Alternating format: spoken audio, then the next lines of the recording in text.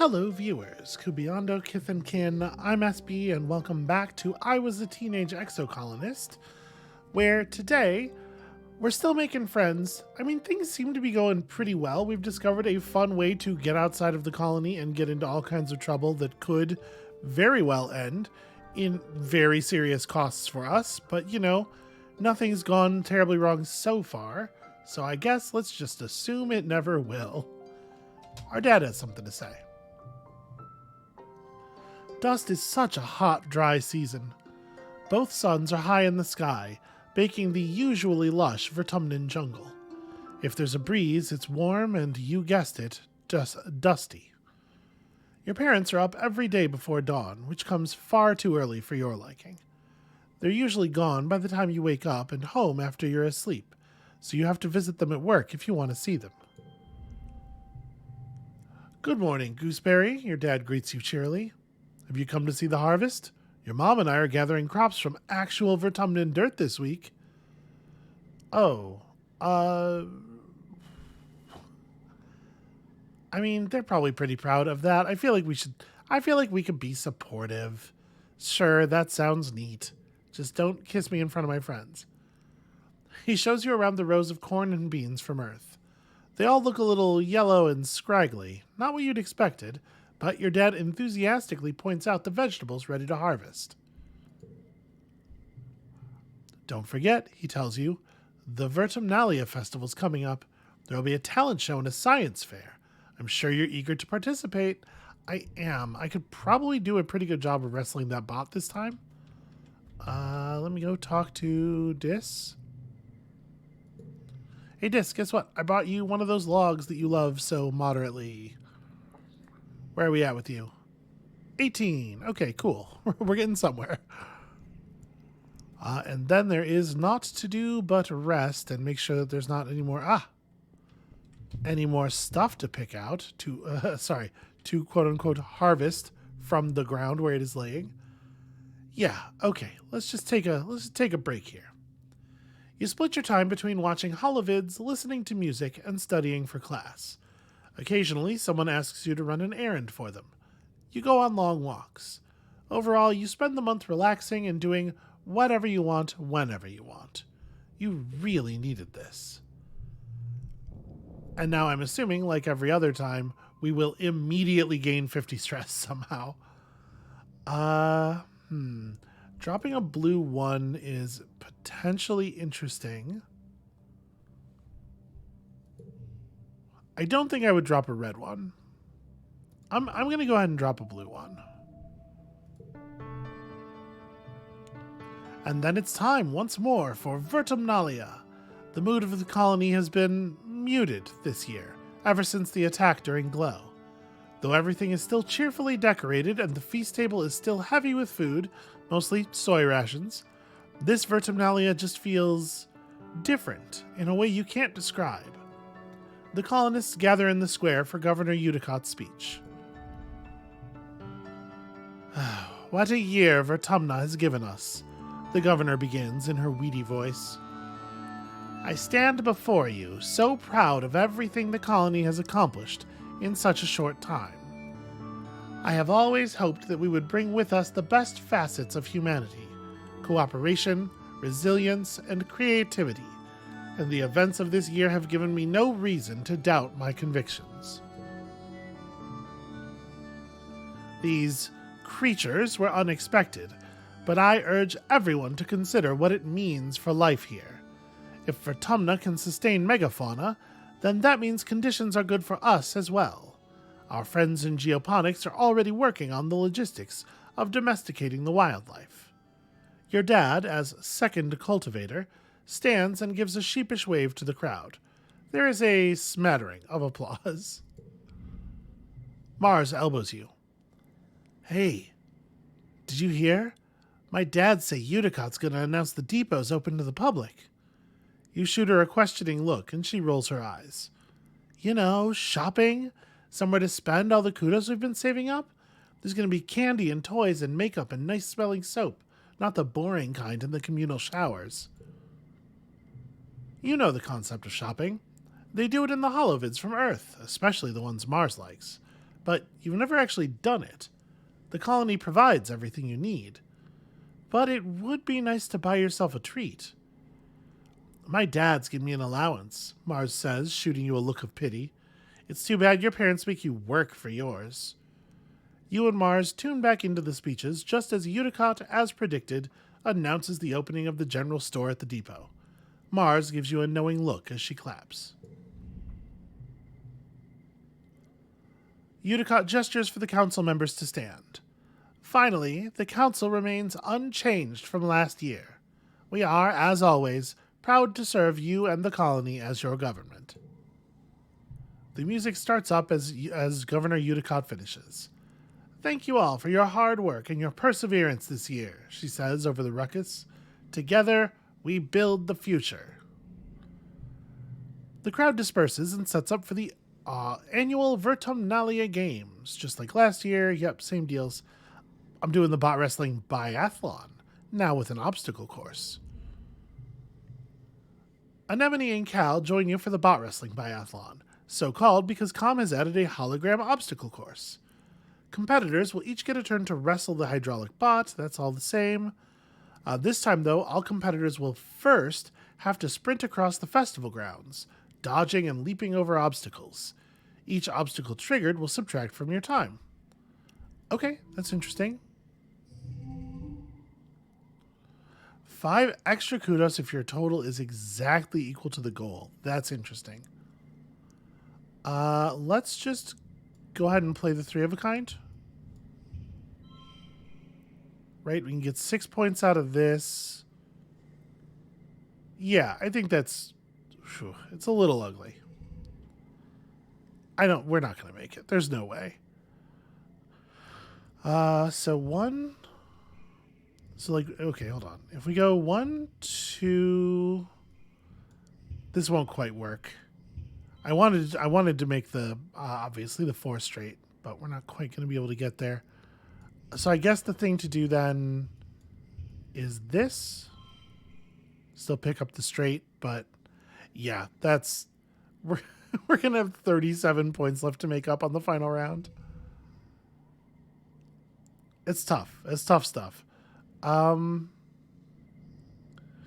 Yeah.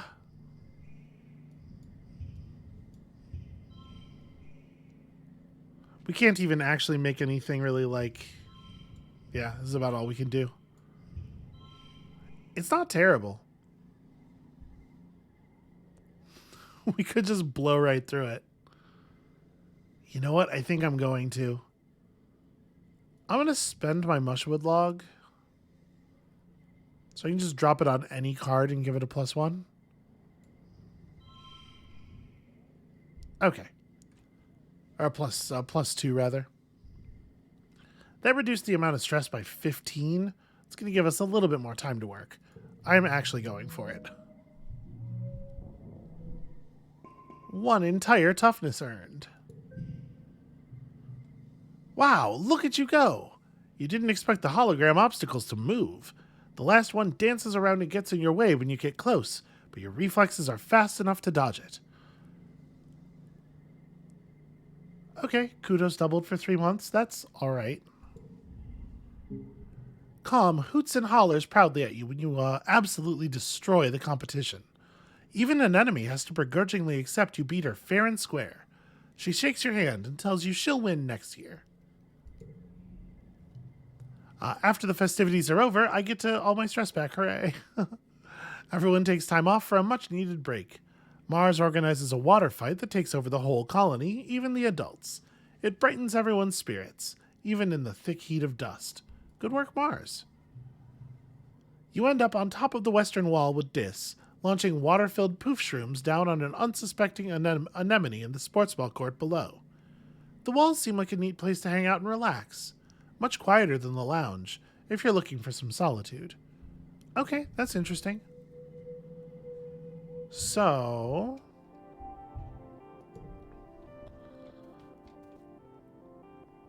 it's a new month, and the outside resets every year, right? So we could go and explore. It's probably worth going to explore. Hold this to your head now, my darling, you hear as you enter the garden looking for Cal. It'll help with the swelling. Cal is sitting with his mother, Auntie Tira, who kneels beside him holding an ice pack to his head. Cal's eyes are a little puffy. He rubs them and sniffs as you approach. Hello, Samhain. Tira greets you with a kind smile. Don't worry, recalcitrance just took a tumble off of something he shouldn't have been climbing. Mom, Cal complains. It wasn't that bad. Oh, are you going to be okay? I'm okay, Cal reassures. I just bonked my head a little. Mom always knows how to make it better, he says with a boyish smile. Even if I am old enough to take care of myself. My brave boy, Tira says, stroking his hair. Thank you for humoring me. She looks over to you. Don't let him show off for you, Samhain. Ground-based feats of bravery only, for the rest of the day. Cal whines and wrinkles his nose. Tira laughs and wraps him in a big motherly hug, rocking him back and forth. Despite his protests, Cal's eyes close in happiness. He really loves his mom.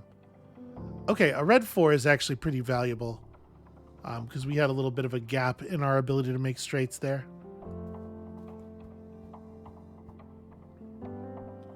Not that I'm much for straights, if you understand what I'm saying. That was a joke about how I am very gay. Yeah, I think I do want to do this. There's 12 events, 8 collectibles, and a boss remaining outside the walls. I mean, I don't want to be, like, resting every other month. You gain perception very quickly out here, though, and I do think that that is cool and worthwhile. I'm going to push it one more time. Let's go exploring one more time. So, I appreciate that they don't make you go like running super far off the path or anything for the collectibles. They're pretty nearby. A hefty red Xeno egg. Over here, there's this thing that we didn't pick up last time. Oh, hey, it's Dis. You spot Dis sitting in a clearing, but not before he sees you first. Instead of sneaking away like usual, he stays still as you approach, like it's totally natural that he'd be sitting in the middle of the jungle, so far away from the colony walls. Now that you think about it, you're a little glad to see him. You are so far away that you can't see the walls anymore, and it's really weird out here, and it's getting late. Dis stares at you unblinkingly as you approach. Hi, Samhain, is all he says. You know, I'm starting to wonder. Dis and Tangent don't seem to have parents, right?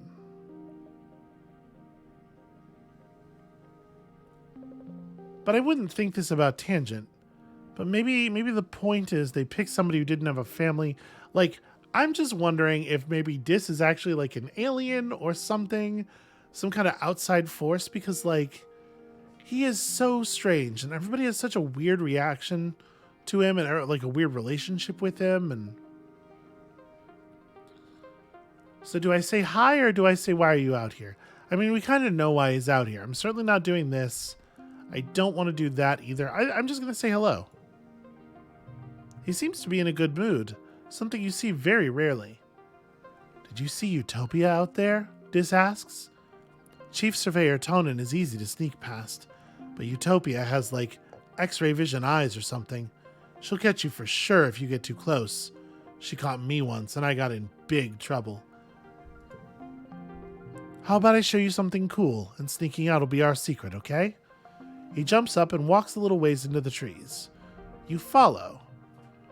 Just a few minutes away, the ground drops off and a large stone outcropping juts out over a cliff face. Dis walks right to the edge without slowing. It's a long way down. Well, I have a fair amount of bravery. Let's do a bravery challenge. So, this challenge doesn't seem to be particularly yellow.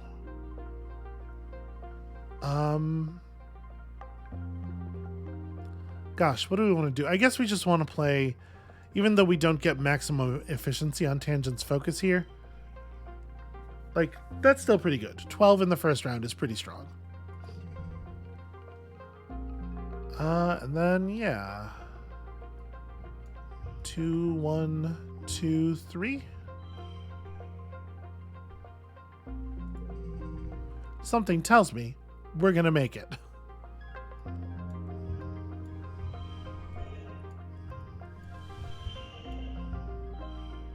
Alright. Super obliterated.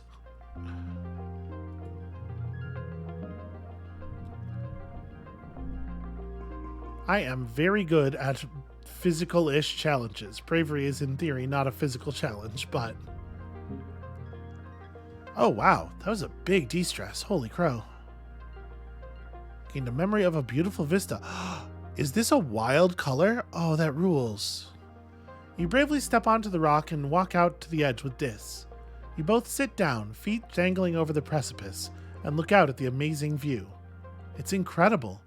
You snap a picture with your hollow palm, but you won't share it on the net. This is your secret. Yours and Dis's. And then, yeah, absolutely keep exploring.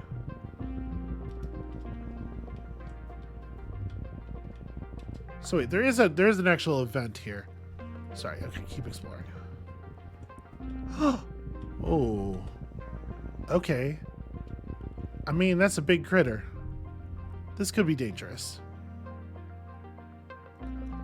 There, in the clearing, the most majestic creature you've ever seen. It's like a unicorn from your dad's storybooks, but with leathery reptile skin that shines when the light hits it. It moves so softly, like it doesn't even disturb the ground. You know, it could be dangerous, but you want to see what it does, so we'll just be as quiet as possible.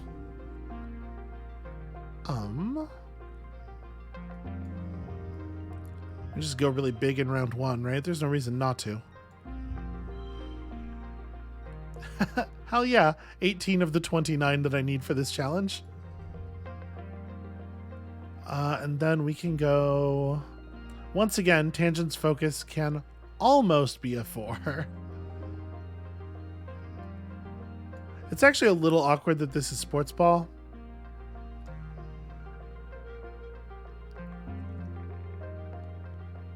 Yeah, I don't really know. Does it make sense? It probably just makes sense to like do this, right? And then throw Stress Karai on at the end. That gets us where we're going, but we still have a whole round left. So, that thing is all colors? Am I understanding it correctly? Oh, right, the straight gets screwed up because of the... Well, whatever, it's still good. Yep, it is both red and blue. Cool. Even more perception.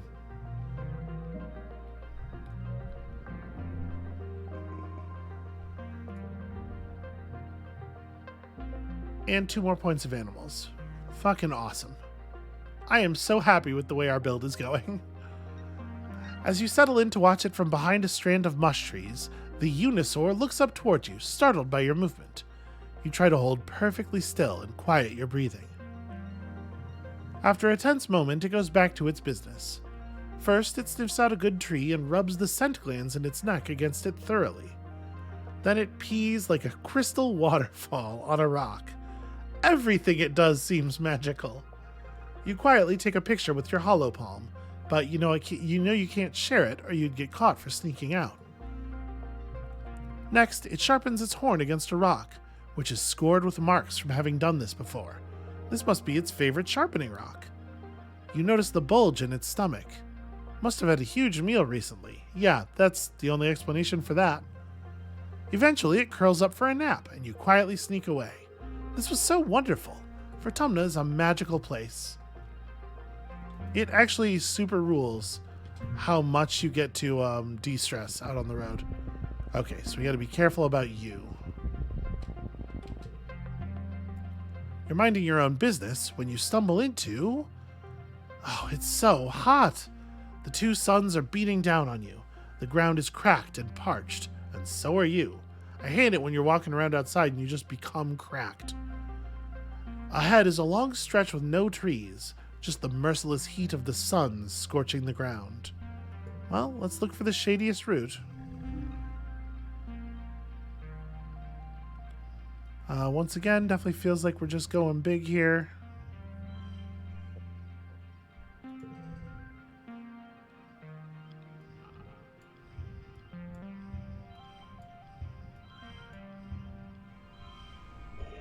Absolutely crushing it.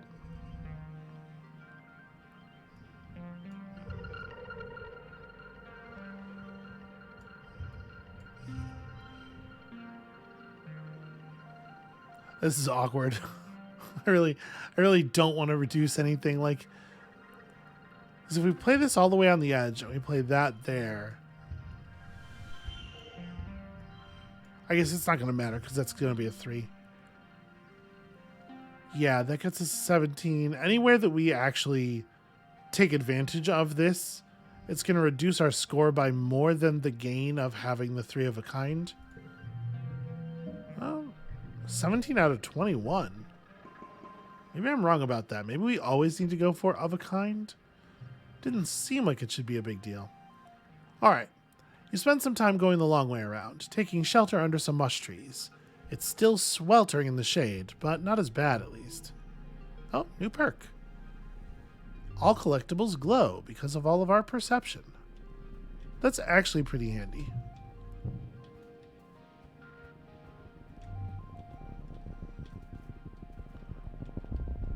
Oh, you can't just walk past it. You come across a cluster of mush trees. They're not fully grown yet, but they're still pretty big. It might be good to harvest them before they get all gross and mushy during the raining season. If you were older, you could probably cut them down and get some kudos for them. I'm just going to give them a friendly pat. You like the mush trees. You give one a pat and are surprised when it moves under your hand. It's not the tree, though, but a camouflaged creature lying against the trunk. It's small and looks a little like an octopus or a starfish. Lots of long legs wrapped around the tree like it's giving it a hug. Weird. The wilderness is a weird place. You let your mind wander as you're walking and bumble straight into a field of gelatinous blob grass. Totally transparent, the sticky fronds are hard to see, but even harder to ignore, especially once they start glomming onto your boots and slowing you down. Ugh, it's like trudging through thick mud. You stubbornly decide to keep going, paying close attention to the visible signs of this blobgrass field. And there aren't many, just an absence of other vegetation. Well, let's look for the best path through. A lot of perception challenges out here. Okay, so if I go...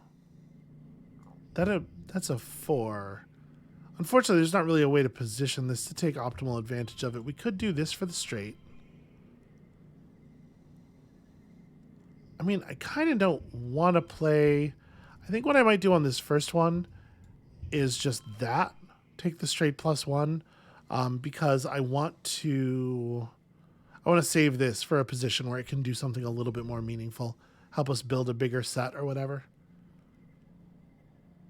Like, this is not terrible. Although, actually, the 4 straight's a pretty big deal, right? Oh, right. This makes that a 4. So, actually, we don't have a straight. In that case, do I want to play this as some pairs and just hold the 5? I think I do. Okay. Feel pretty okay about that, actually. So let's get a straight going on the edge here. 2 cards is not enough for the straight, I guess.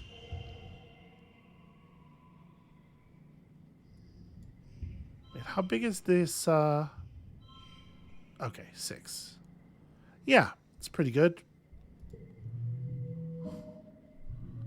There was a 20. Oh, right, because if I wasn't actually getting the straight, I needed to put the zeros. Yeah. Yep. Well, more perception. There it is. You can hop along from that rock to that fallen log, then climb over those old pieces of surveying equipment, and you get through the villainous blobgrass. You spend a bunch of time on it, though, and it takes some tricky balancing. It's tiring. All right, we're doing a really good job of picking up... collectibles, at least. Oh, and there is a sneaky little path. I thought so. Ahead of you, the road curves right, and there's a steep hill leading off to the left. You bet there's a really great view from the top of it, but it's going to be a scramble to get up there, so of course we go. You leave your pack in some bushes at the base so you'll be lighter on your feet, then start the trek. It's tiring, and even steeper than it looked from the bottom, but some broad mushroom-capped trees provide shade. The view from the top is spectacular. You can see all the way to the colony walls in one direction, and down to a little sawmill in the other. Then you spot it. The rock. The most perfect boulder you've ever seen, teetering right on the edge of the slope you just climbed up. It's almost as tall as you are and must weigh at least 2,000 kilos. But it's practically teetering there. You think with enough muscle, you could push it over. It feels like it can't possibly do anything good, right? If I send that rock tumbling down, all it can do is hurt things that are lower down. I guess I could, just find it really satisfying to push it, and maybe that would de-stress us. Honestly, I just want to see what would happen. There comes a time in every childhood that one must take life by the horns and just push the rock. You shove it with all your might, digging your toes into the hard ground and leaning in. I'm expecting something bad to happen, but I'm just so damn curious. The rock starts to slide.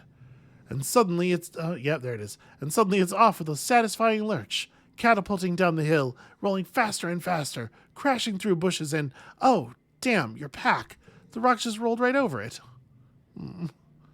You make your way back down to the hill to retrieve your bag, now completely destroyed along with all its contents. Ah, shoot, you're going to have a hard time explaining this one to your parents. And you're going to need a new pack. Yeah. That honestly could have been a lot worse. You crawl through the big drainage pipe behind the sports ball pitch, carefully sliding the metal grate back to place behind you. And then, obviously, we carefully check that the coast is clear. And a good thing, too, because Uncle Tonin is passing by on his way to the garrison. You curl up in the shadows and wait for him to leave. That was close. Alright, we have so much perception and so much bravery. So let's see, who else wants to talk? You tell Tangent you know where Dis has been going. You tell her he's been sneaking out to explore the jungle. Not far away, but outside the walls. Tange looks concerned. Really? She says, wringing her hands. Is it safe? Look, I'll keep him safe, don't worry. She eyes you skeptically. Full offense, Samhain, but you're just a kid, she replies. However, I suppose it's good to know he isn't alone out there. We're friends. I'm the best friend she has. Okay, nothing new from you. Nothing new from any of y'all. You slip through the colony gates, feeling the breeze from the mushroom forest ruffle your hair. You look around for Dis, but he's nowhere to be seen. Maybe he went to class today. Probably not. This is an okay card. As you're about to return to the colony, you hear what sounds like crying coming from one of the expedition vehicles. You pull back the tarp that keeps it from being blanketed with fungal spores, and find Dis curled up in the cabin. He wipes his eyes and turns away. Go away, he mutters. Are you okay? I'm fine, Dis sniffles. Just leave me alone. Okay, I don't have the persuasion for that. Do you want to talk about it? Why don't you go ask my sister, he mumbles. Tange is so mature. She knows everything. I'm just a sensitive little crybaby who doesn't know anything. Dis wraps his arms around his legs and hides his face in his knees. I hate her, he mutters. Everyone thinks she's so smart, but she's just a big meanie. I hate everyone here. I hate being here. I just want to be left alone. Okay, I hear what you're saying, but have you considered... I'm not allowed to give him a thing. Well, we can dare him to eat a worm. The card's pretty good, at least. It's a dare. I'm not forcing him. This isn't bullying, right? I'm gonna do it. Oh yeah, discounters? Well, I double dare you to eat a worm. Well, I mean, you can't just turn down a double dare. You're no meek little hop-eye. Slimy. Unsatisfying. Very, very gross. Really just a terrible idea. Dis eats his like a noodle, slurping it up and wrinkling his nose as it wriggles in his mouth. Yuck, he says, swallowing it whole, then shows you his empty mouth. You should have known better than to dare a person who fears nothing. We're up at 23 now. He actually might be our highest friendship level in the whole group. So that's cool. I am very stressed. So how do I do the relax on the walls thing? Uncle Tonin says we should stick to sports ball for the moment. We can obviously do that later. Or we can do this part later. I can tell him I'm going to tell him I'm tough enough now. Let's see what it does exactly. Well, so you are, Uncle Tonin replies, his voice heavy as he looks at you with pride. You're growing up, aren't you? He nods and pats you on the shoulder, and you know he's thinking of Tammy. Listen, I can see that you're a tough cookie, and I'd love to have you on my surveyor team in the future. But you have to wait a few more years first.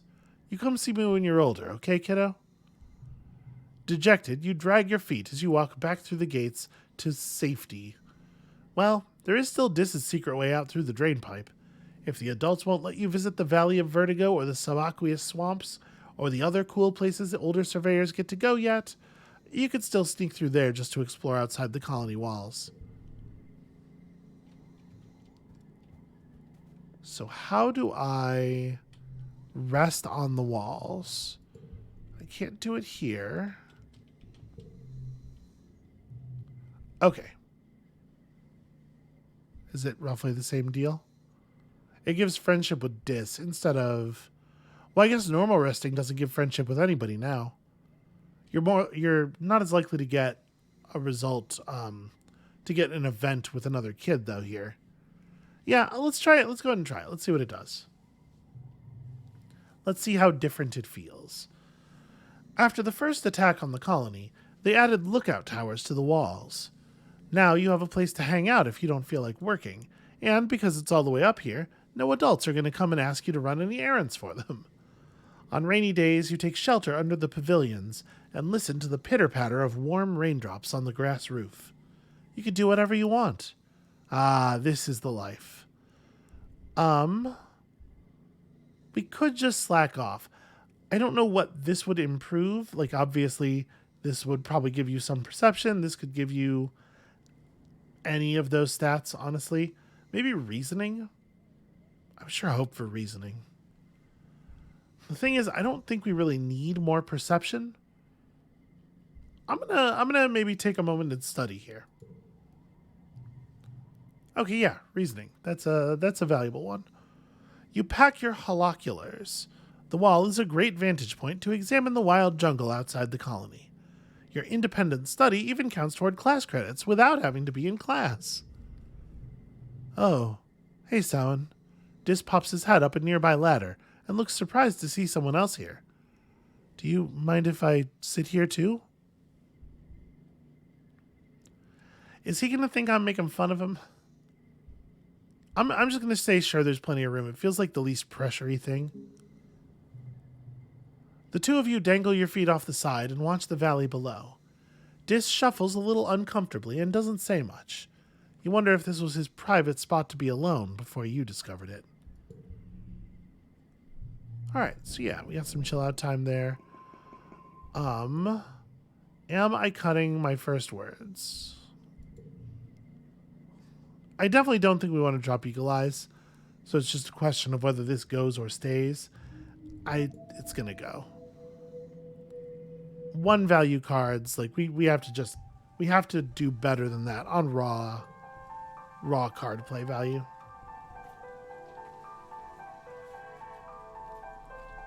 All right, let's look around.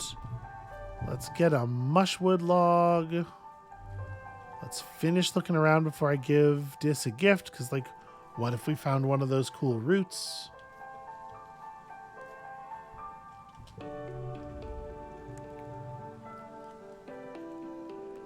Dis is standing outside the cover of the walls, his face turned to the rain and his arms stretched wide.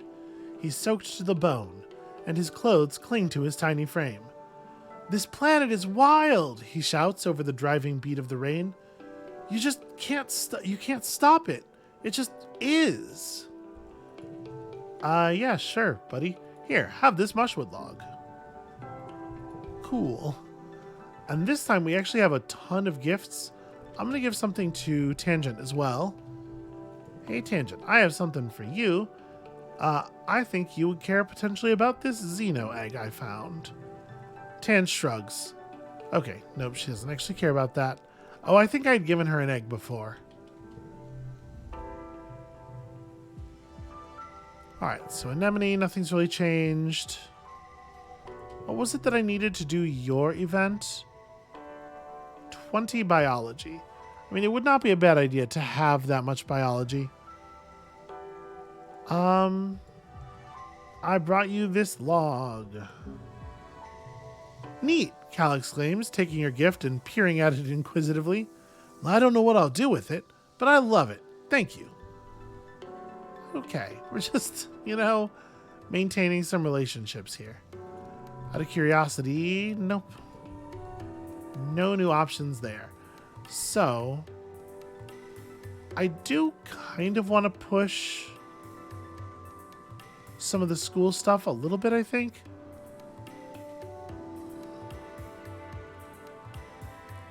So you get perks for getting things capped out, or at least past certain thresholds. Maybe we'll do a little sports ball. Sorry, that's not what I meant to do. This. Maybe we do a little sports ball, try to push our bravery up to whatever the threshold is, and maybe our toughness up to the threshold for that at the same time. When there's no sports ball game on, the security teams who train nearby use the field to practice with long-range rifles. As you show up to sports ball practice, Calm is helping take down the net. "Oh, sorry, kiddos," he says. "Rhett wants us practicing with the big guns today. We can't have you running around the place. The bullets in these drone rifles are heat-seeking, and even though they're programmed to avoid human targets, safety first." "But today was supposed to be our day to have the sports ball field," Cal complained. "You soldiers don't even want to play sports ball. You just want to shoot your dumb, noisy guns." Anemone bounces over. Hello? They have more than just huge guns. They have cool stun gloves that are like magic lightning arcing out of your fingertips. It's super galactic." Cal shakes his head. That's not the point, unless they try to do riot control on us. So if we stand up to the soldiers, we get standing up for something. We sharing is caring. Plus 1/2 yellow card to the right. I'm assuming that's one card to the right. And not like all yellow cards. I think I'm going to go this way. We're going to try to stand up to those soldiers. Got ourselves a little bravery. You rip the net out of Calm's hands and start putting it back up. Anemone looks nervous. Here comes Security Chief Rhett. He looks scary angry, Samhain. "Yeah, well, I have bravery. I'm not backing down on this." You stand your ground when the security chief tries to intimidate you with his loud voice and his big chest. Well, today was your day to use the field. Rhett sees the fire in your eyes, and after a minute he laughs and gives in. "Oh, you're a tough one, huh, Samhain?" he says, a twinkle in his eye. "Okay, you're right. Today was your day to use the sports ball field. Calm, we'll have to train with something else today." Huh. That wasn't so hard. Okay, so it locked that 2 in there, which is a little awkward, but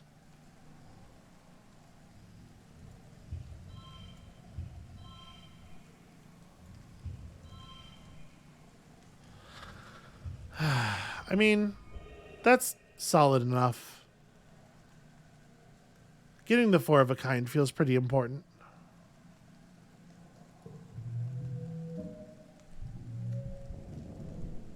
I was not quite at max.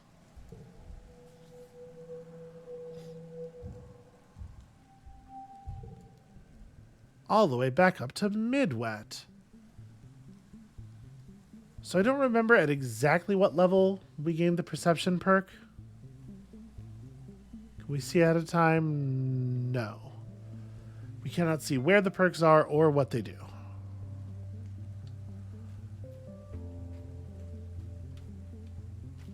So it'll be a couple of months before we can do gifts again.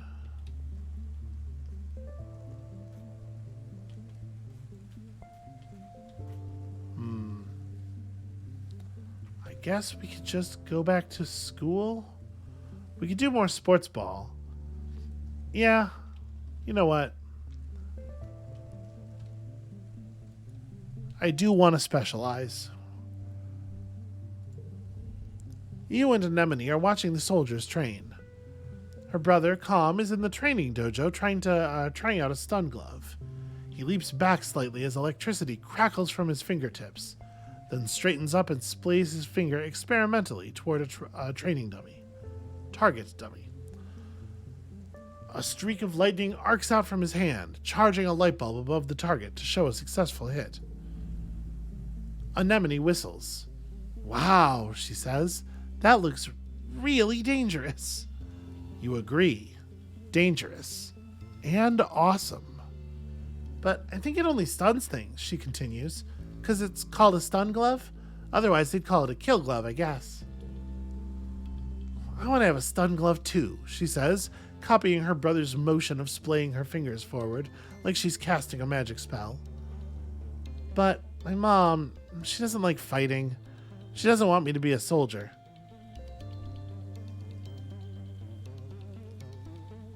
I think I'm going to say this. We can kind of get on Anemone's side against her mom. I mean, but she lets your brother do it. Yeah, it's not fair, she pouts. Just because he's older. Calm was training with Rhett when he was my age, but my mom, I don't think she likes that. I think because I'm her only daughter, she was hoping I'd be more like Tammy, always helping in the creche. She shudders. I do not want to be no one's mom. Anemone perks up. Security Chief Rhett said I can take classes in self-defense now. You can too. I hope Calm will help us train like he does with sports ball. He's really good at self-defense too. You sit and watch Calm light up one target after another with the stun glove, his motions gaining confidence as he learns this new tool. And then we just go outside and play a game of sports ball. Well...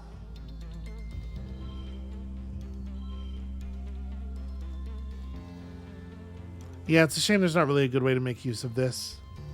It's just going to kind of break things. Yeah, I think it's fine.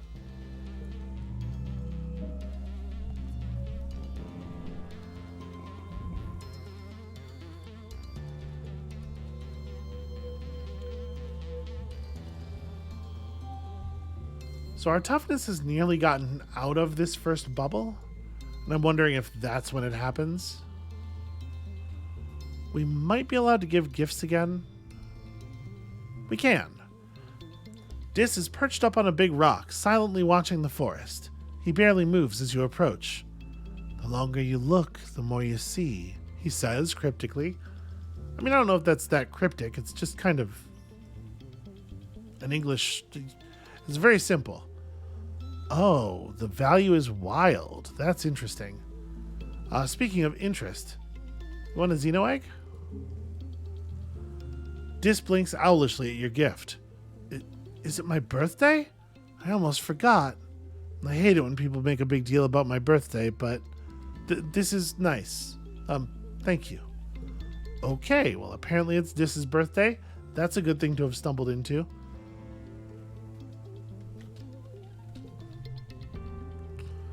Hey Dis, I have a mushwood log for you. Do you care about this? Tanja's surprised that you remembered her birthday. She looks dubiously at the gift for a moment, then smiles at you. You didn't have to, but thank you, Sawen. Okay, so I feel like we did a good there. Is there anything else critically important going on? Not really. Yeah, I might do just a little bit more sports ball. Just to see if we can get some toughness and or bravery perks. You're playing sports ball with Cal, Anemone, Nougat, and a few other kids. Anemone's team is absolutely destroying yours because Cal keeps letting in goals. You chalk it up to a lack of skill, but you've seen Cal in drills. He's a really good goalie when it's just him versus himself. That's why you picked him. Anemone likes winning games at first, but after a few innings she gets frustrated and stomps over to Cal. "It's no fun if you're not trying," she shouts, waving her hands. "What's wrong with you?" Cal just shrugs, and Anemone puffs up her cheeks. "Are you going easy on me because we're friends? That's not fair. You gotta do your best."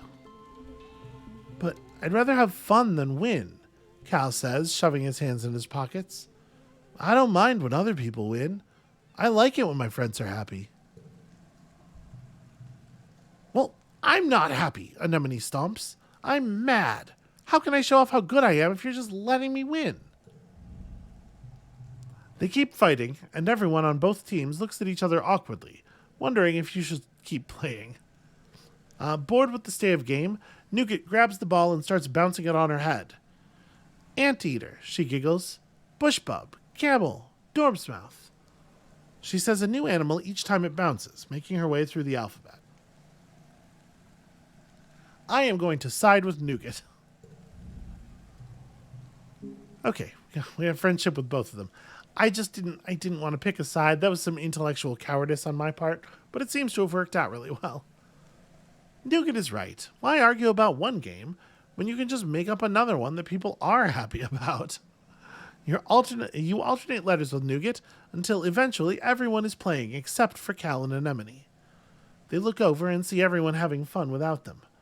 They look embarrassed as they jog over to join in the new game. Alright, a little slow on the uptake, but they got there. So... and then we just do like... this is a little awkward.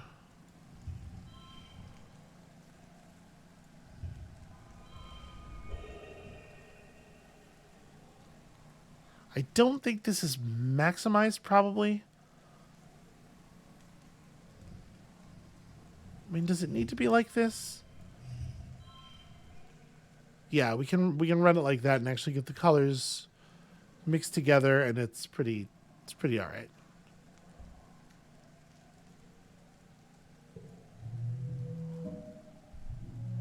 Okay, we worked well this month. Lots and lots of bravery. I got an achievement. We also did get a toughness perk. I'm trying to see our level. Okay, so it seems like it's at about 33. So one more of those could get us a bravery perk as well. There's a commotion in the square. An expeditions vehicle has driven through the gates and is idling in the middle of the square. An unusual sight. People come down from command to investigate. What was the toughness perk? Red cards get +1 in physical challenges. Okay. Utopia gets out of the vehicle and trudges over to Uticott. After a brief conversation, you see Uticott gesture for people to unload the vehicle and clear the area. You stay out of the way to see what they're unloading. It's a body. Chief Surveyor Tonan's body. Someone quickly covers him with a sheet, but not before the image of his torn open body is seared into your memory. However he died, it was violent and bloody. You feel your stomach cramp with nausea. What happened? Diz asks, coming over to crouch around the corner with you. You share that Uncle Tonan is dead, and he stares at the sheet-covered body intensely, as if he could see through it. Did they say how? They never tell us the truth anyway. Don't you feel like this? It's probably not, it's definitely not actually true. But I do think our character might feel like it's true. Certainly for a moment, long enough to say it. Nobody'll tell the kids what really happened. Did something eat him? Did he get lost or fall off a cliff? Did they even know? Dis nods, frowning. They don't want us to know about the monsters and other worse stuff. They want us to think everything's fine, but it's not. This planet isn't as nice as they say it is. He shakes his head. They hate that they can't control us. Okay, you may have taken a big step there at the end. You and Dis watch the adults carry Uncle Tonan's body away. From the way he's practically vibrating, you can tell Dis wants to ask more questions about what happened. After a few awkward minutes, he sneaks away without saying anything, probably to try to go take a look at the body. Well, at least Tammy isn't around to see this, you think? At least they're together now, wherever it is people go when they die. That is actually, very sad. And it's sadder because his daughter's dead, not less sad. You watch Utopia bend over to get a hug from Udicott. Okay, it seemed like a little... I was scrolling back, I was like, wait a second, how long ago were we talking about this? It felt like a little bit of a non sequitur there, but I guess we're still present at this thing. You watch Utopia bend over to get a hug from Udicott, wiping her eyes as she finally cries. Udicott has never been the most comforting presence in your life, but it seems to help. Utopia will probably be the next chief surveyor. At 24, she'll be the youngest council member. She was only a toddler when the stratosphere left Earth. Apparently, her sharp eye and hoverbike flying skills are the best in expeditions. Hey, I would like a bar for that. Please, can I get a bar for hoverbike flying? Okay, so it seems like we learned a tour thing about Utopia. And it's glow month. Okay. So we got our toughness level 1. We may not have much to do here. Anemone flashes her headlamp at you as you approach. "Do you ever learn Morse code?" she says, giggling. "Com says if I spell out a bad word, my headlamp is going to break clean off." Well, I could give you a thing. What's our friendship level? I feel like I do stuff with you a lot. Yeah, 20. I probably don't need to give you a gift.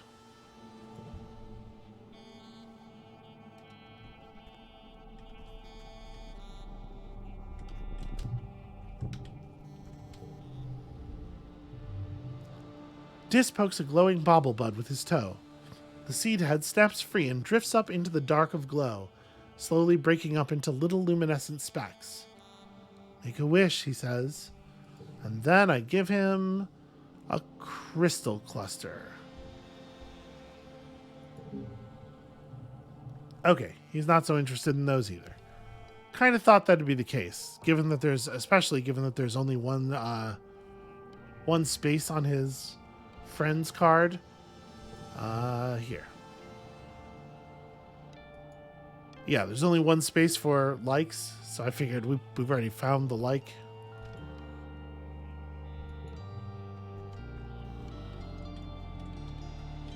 Alright, what else can we do? I mean, really not that much. What's Mom outside for? What's she have to say? Your mom gives you a stern look. "Be careful," she warns you. "Now that we know for a fact it isn't safe out there during glow, I won't have you venturing close to the walls. Stay where I can see you, close to the ship." So this is 31 bravery. So if we did another thing that got us 2 bravery, we would probably get another perk. I'm inclined to go for that, provided that we're allowed. Yeah.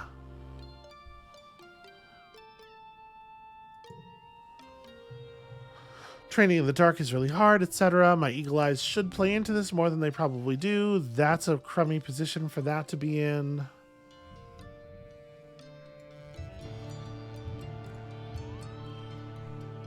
Ooh, yeah, right. I don't want to set that to shoot.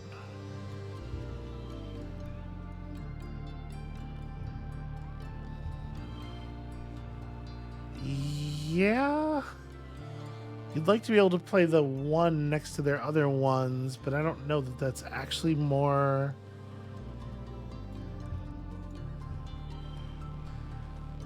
Right, so that ends up being 14.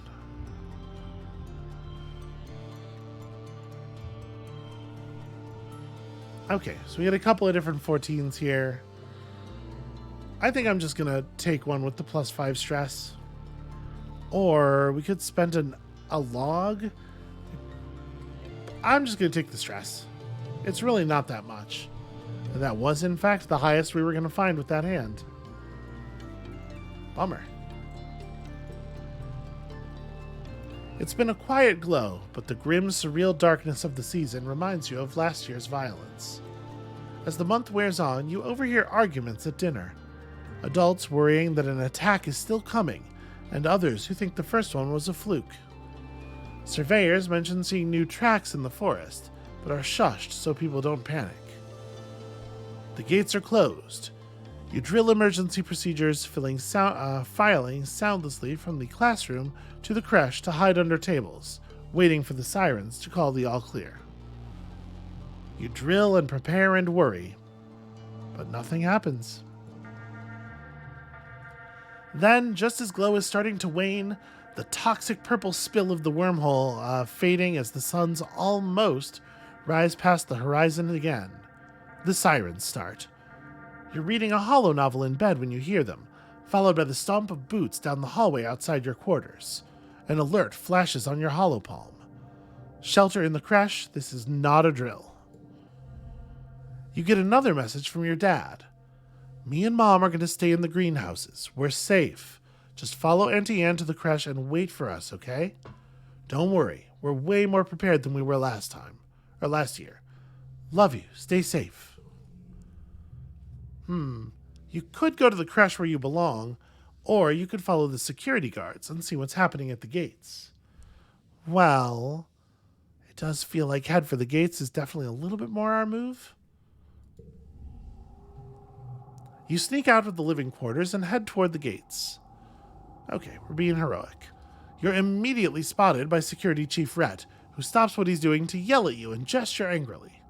What the hell are you doing out here? This is no place for kids. Get your ass back inside. Nope, I'm helping. Need to make 38 and 3? Oh, this is... Yeah, we're going to be fine.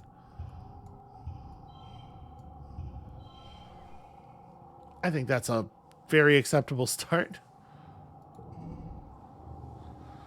All right, one card slot each turn will turn things red. So...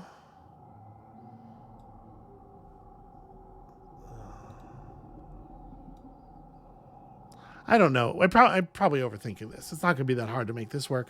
Oh, playing sports ball sets neighbors to this value. So if we put this in here, it's pretty decent. The thing is, maybe I want to... Well, we can do those. Put this up. And then... Yeah.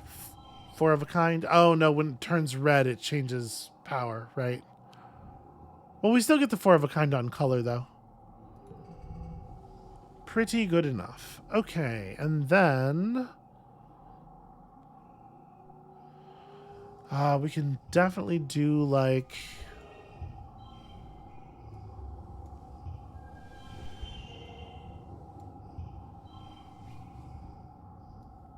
And a 4. There we go. Absolutely crushing it. I am helping. Apparently there was a 33 available there. That's fine. I'm fine with where we're at. What does our bravery perk do? Draw an extra card at the start of the challenge. Yo, that's pretty good. You stick around the outside of the skirmish at the gates, throwing rocks and yelling at any creature that gets too close. You're not sure if you make a difference, but the good news is, at least you're not injured. When the dust clears, Rhett spots you hiding in the shadows and personally escorts you back to your quarters, where your mom and dad penalize you for disobeying them.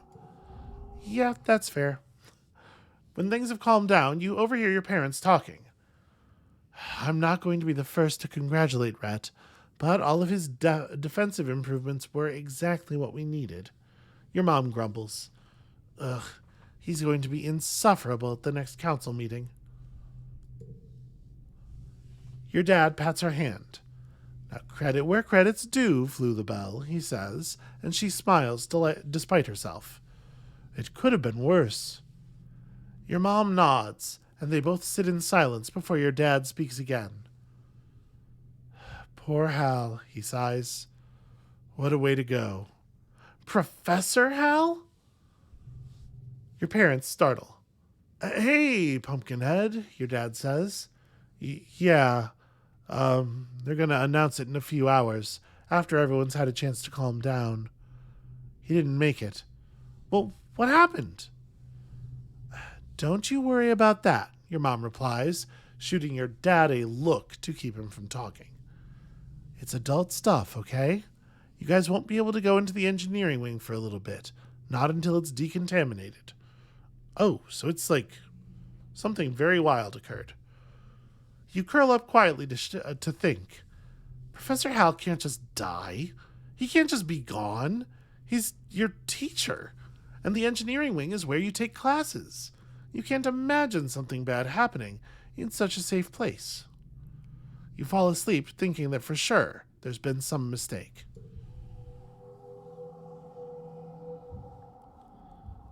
Alright, so we transfer out of Glow. We did manage to pull Heroic again.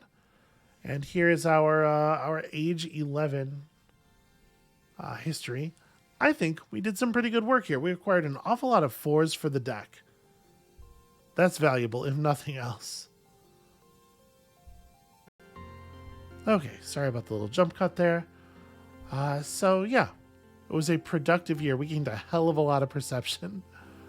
And I think let's just go ahead and start age 12. Next episode. Got our extra card draw from all of that bravery, which I think is pretty cool. And that is going to be it for us for today. Thank you all so much for watching. When you'll come back next time, we're probably sneaking out Beyond the Wall again, honestly. A new year means a refreshed map, all kinds of new challenges, but it seems like first everybody in here could use a little bit of our attention.